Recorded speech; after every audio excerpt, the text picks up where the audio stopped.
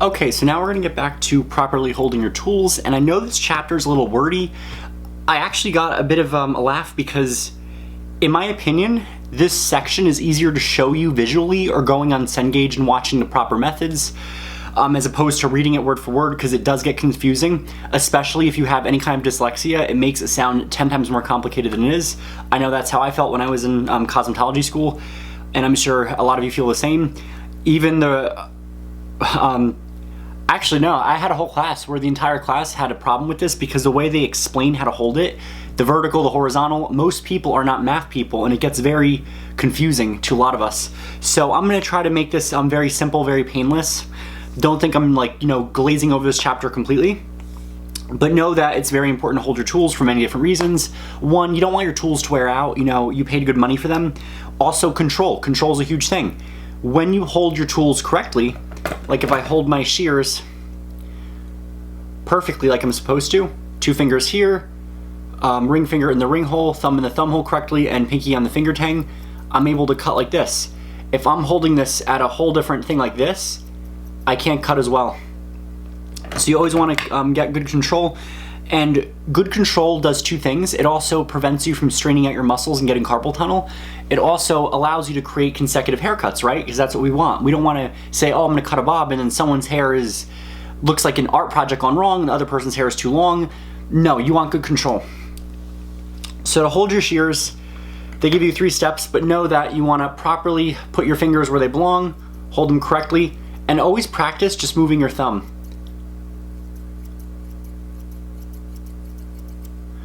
Also practice palming your shears. I put my long comb away, but pretend this is a long comb. Get in the habit of palming your shears. The book tells you, for obvious reasons, you don't want to put your shears down, pick them back up, because that wastes time, and time is money.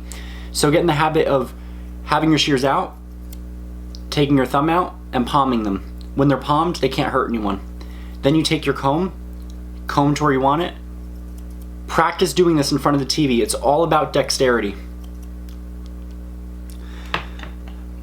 So get used to transferring the comb. Comb always stays in your non-dominant hand. Shears are always in your dominant hand. So if you're right-handed, the shears are in your right hand, like mine. The comb is in your non-dominant hand. If you are using, left-handed shears? If you're left-handed, shears would be in your left hand, comb would be in the right hand. So that is that. With the razor, know that the razor has 2 options. The book gives the example of using a razor with a flip.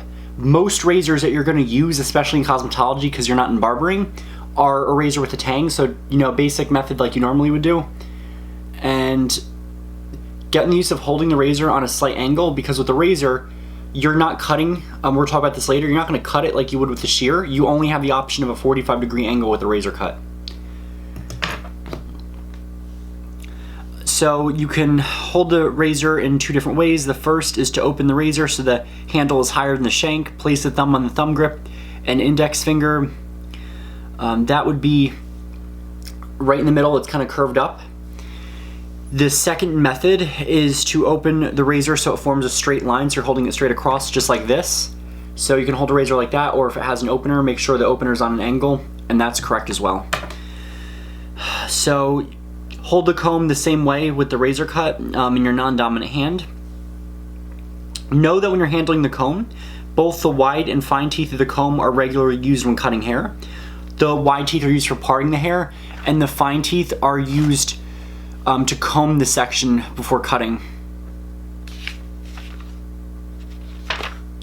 The finer teeth also provide more tension and are useful when cutting hair around the ears, when detailing difficult hairlines, and when cutting curly hair.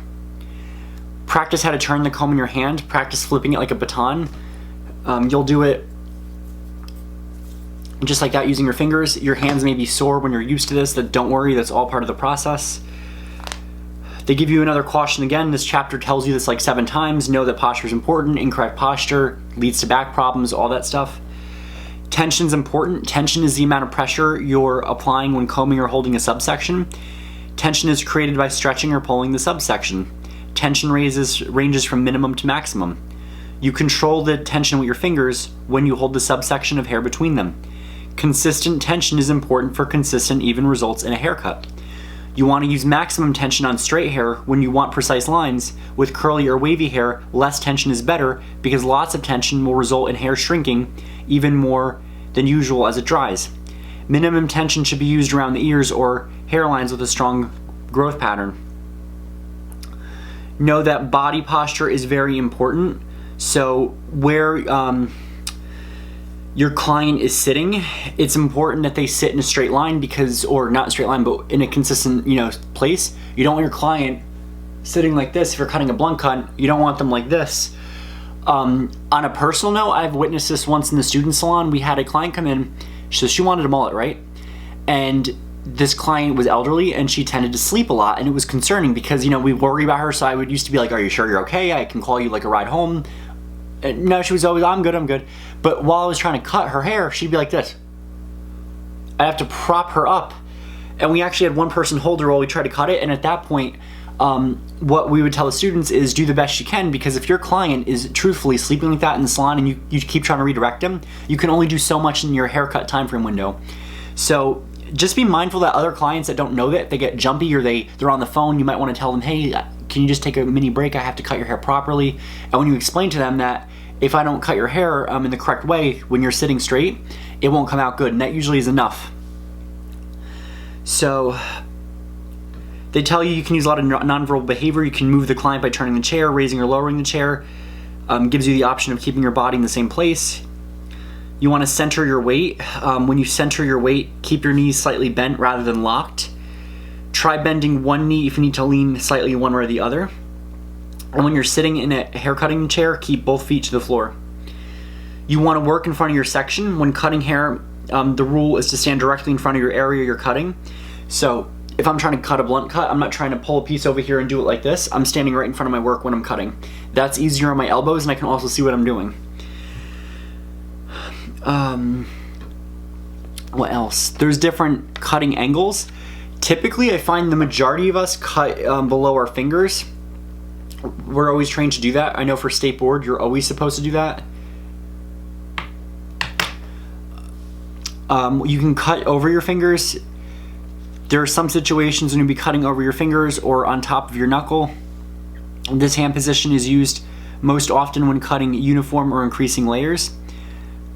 Cutting below the fingers, when you cut a blunt haircut or a heavier graduated haircut, it is customary to use a horizontal cutting line. In this case, you'll be cutting below your fingers or on the inside of your knuckle. So the position will be like this. You're cutting like that. This is for longer layers, but I've even done layers like that. Know that that's just, there's many different ways of doing the same thing. You also want to cut palm to palm. So what that means is that this is my palm, I'm cutting like this. I'm not going to do something uncomfortable. When you cut palm to palm, cutting with a vertical or diagonal line, cutting palm to palm is best to maintain control of the subsection, especially with regard to elevation and over direction. Cutting palm to palm means the palms of both hands are facing each other when cutting. This is different from cutting on top of your fingers and knuckles. Cutting palm to palm helps prevent strain on your back as you work. Cutting palm to palm also reduces the risk of carpal tunnel. I know that there's some basic safety in hair cutting. For obvious reasons, shears and scissors are sharp. You can do some serious damage. We all get cut at some point. Usually it's just a mini one. I've had people cut right here in the middle where there's a lot of nerves and a lot of vessels, and what happens is it splurts. I've also seen someone whack themselves so bad they had a whole flap of skin that was coming off. So it's very important that you take your time, you're not rushing yourself. Don't ever feel pressured by a client or your boss, because what happens is you rush yourself. You can not only compromise the haircut, but your safety and their safety, especially if you bleed everywhere.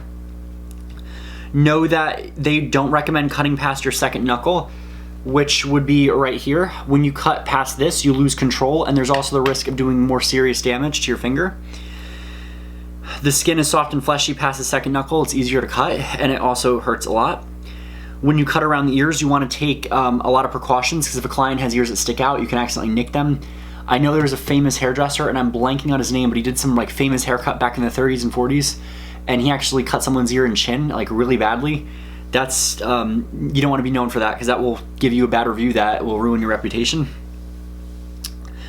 When you cut the bangs or any area close to the skin, you want to balance your shears. This just prevents you from nicking their scalp and from the bangs from sticking out like that. You also want to make sure you don't poke them in the eye, because if you're doing a really close bang, you have to be very careful. Some of them have a special guard you can put up. When you work with the razor, they recommend learning with a guard first. Typically, all the razors you'll use have a guard. The real razors that are sharper, like that you can use in barbering, those can do some serious damage. You want to take care when removing and disposing of the blades. Discard used blades in a puncture-proof container.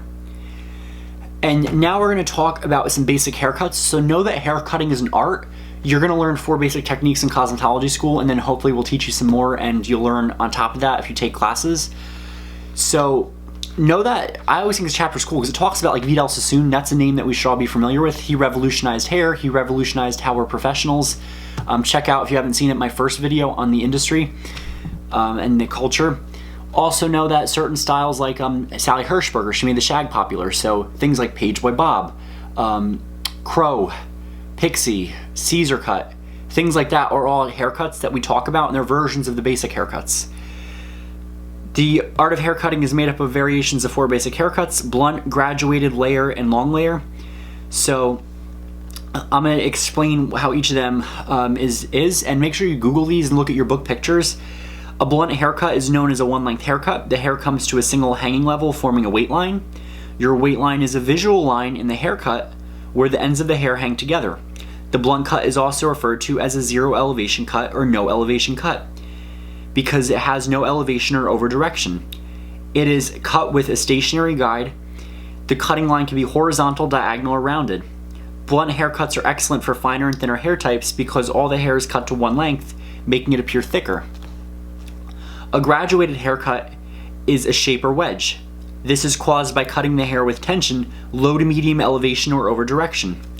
The most common elevation is 45 degrees. In a graduated haircut, there is a visual buildup of weight in a given area. The ends of the hair appear to be stacked.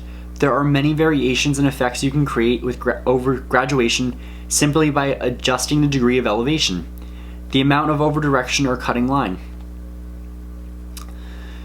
A layered haircut is a graduated effect achieved by cutting hair with an elevation or over direction. The hair is cut at higher elevations, usually 90 degrees or above. Layered haircuts have less weight than graduated haircuts. In a graduated haircut, the ends of the hair appear close together. In a layered haircut, the ends appear farther apart. Layers create movement and volume in the hair by releasing weight. A layered haircut can be created with a traveling guide, a stationary guide, or both. Another basic haircut is a long layered haircut. This hair is cut at a 180-degree angle. The technique gives more volume to hairstyles and can be combined with other basic haircuts. The resulting shape will have shorter layers on top and increasingly long layers towards the perimeter. So you can combine these 4 in an appropriate way. There's so many ways to have fun with this. You can add a little texturizing, you can slide cut, scissor over comb, and you can add some advanced techniques in there as you see fit once you get used to it. So that's just a basic synopsis of the basic haircuts. Also know that there's some general haircutting tips. You always want to make sure your partings are on point. I had a friend that went to UK and they did nothing but section for an entire day, and I know it sounds crazy, but the little things that make a very big difference. Sectioning is very difficult when you first do it. I know it's tough. It gets so much better when you're used to it, but it's important because it makes everything consistent. You want to make sure that you're being careful when you're cutting the crown, neckline, in areas with a very strong growth pattern. They produce a danger zone if you mess up. Another danger zone is the hair that grows around the ear. You always want to make sure you cut with minimal tension on these areas. You always want to use consistent tension.